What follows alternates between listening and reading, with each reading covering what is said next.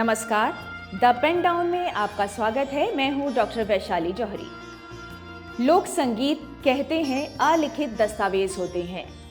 जीवन का सुख दुख, हर्ष उल्लास, भक्ति, हमारे संस्कार, रीति नीति और किसी भी क्षेत्र विशेष की चलित परंपराएं लोक संगीत का जीता जागता प्रमाण होते हैं और लोक कला शास्त्रीय कलाओं की जननी होती है।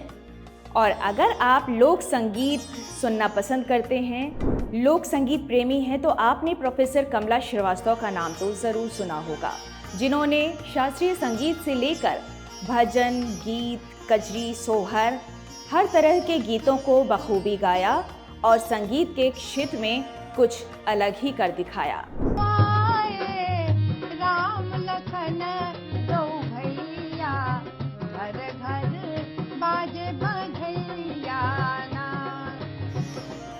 संगीत के प्रति इनकी शिक्षा की फेहरिस्त बड़ी लंबी है।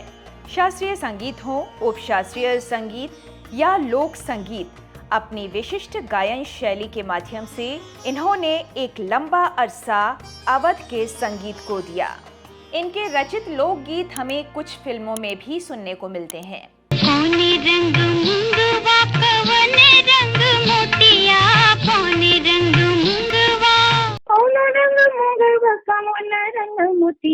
कवन रंग हो नदी तोर बिरन, अब के बरस भेज भैया को बाबू, अब के बरस भेज भैया को बाबुल। 93 साल की प्रखर व्यक्तित्व की धनी कमला श्रीवास्तव, जिन्होंने अपना पूरा जीवन संगीत को समर्पित किया। उन्होंने लोकगीतों की कई किताबें भी लिखी। उम्र के आखिरी पड़ाव तक उनकी गायकी का जज्बा इतना बुलंद था कि 16 साल के गायक भी उनके सामने टिक नहीं पाते थे।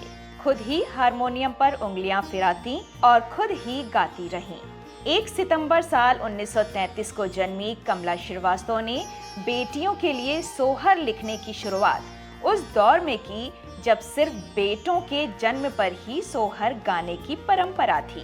उन्होंने इस परंपरा को तोड़ा, उन्हें काफी वाहवाही मिली।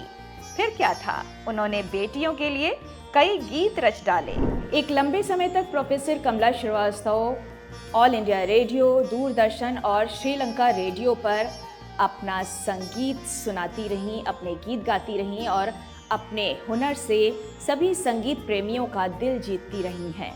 साल 2010 में उनकी लिखी पुस्तक गीत वाटिका प्रकाशित हुई, जिसके लिए उन्हें कई पुरस्कार और प्रशस्ति पत्र से सम्मानित किया गया।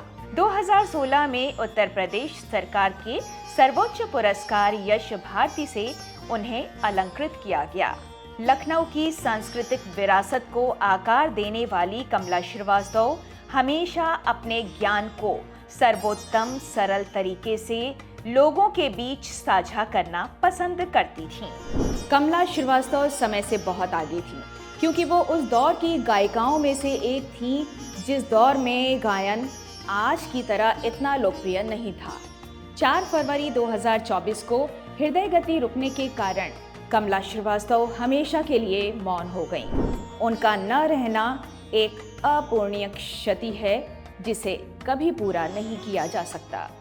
तो इसी भी तरह के और अपडेट्स के लिए देखते रहिए चैनल द पेन डाउन। दीजिए अनुमति डॉक्टर वैशाली जौहरी को नमस्कार।